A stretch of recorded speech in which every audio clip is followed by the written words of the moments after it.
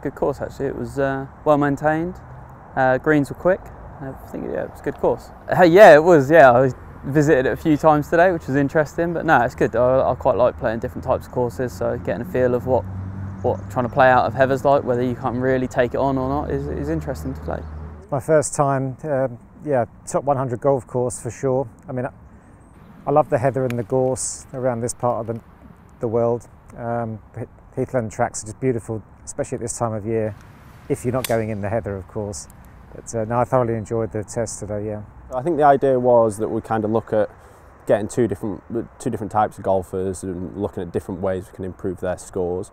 With Mark and Lawrence, we've got two completely different guys, one looking for forgiveness and a bit of extra distance, and the other one looking for more consistency in his irons to obviously get his handicap down a little bit. If you look at the space of the 6 or 7 months we've been doing the project, Mark's come down, I think, 0.7 overall, and I think that's due to his irons. So when Mark started, he was using some quite thin bladed irons, so what he wanted out of the fitting was to get a bit of extra distance, bit more forgiveness and a bit more feedback overall. So we fitted him into the Forged Tech irons, which have got a slightly thicker top line, which give him that a bit of extra distance, and I think overall he was getting about 8 mile an hour ball speed. It's been a really fascinating journey actually.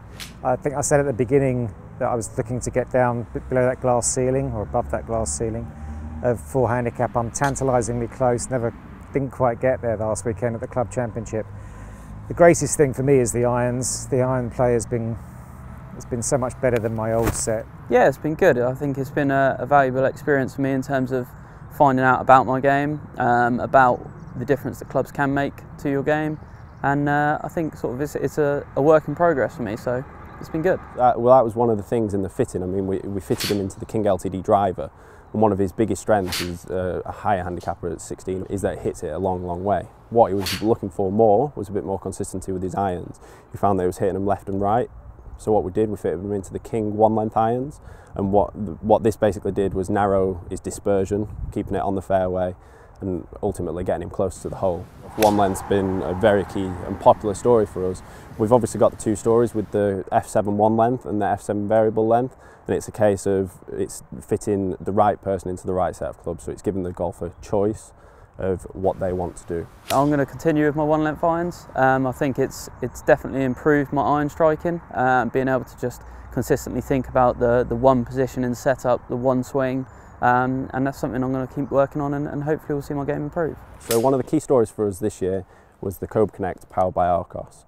Now both Mark and Lawrence had grips fitted on the King F7 and King LTD drivers, so what it enables you to do is know your misses. It educates you a little bit, so you know if you're missing it left, you're missing it right, and ultimately your driving distance, so it gives you the stats, you know exactly how far you're going to hit your driver, so if there is any hazards, you know, 250, 280 or anything, you know exactly where you're going to hit it. I've come down to 4 point something. I've joined a new golf club at the beginning of this year, had a whole new set of clubs, so I think on the back of that we've done quite well to come down 0.7, I think it is, from the beginning of the year, and I'm quite happy with my general play. Putting is an issue. Maybe chipping, but putting, I'm taking 36 putts around as a 5 handicapper. It's very difficult, yeah, to break that glass ceiling on the back of that putting. So maybe that's the next step.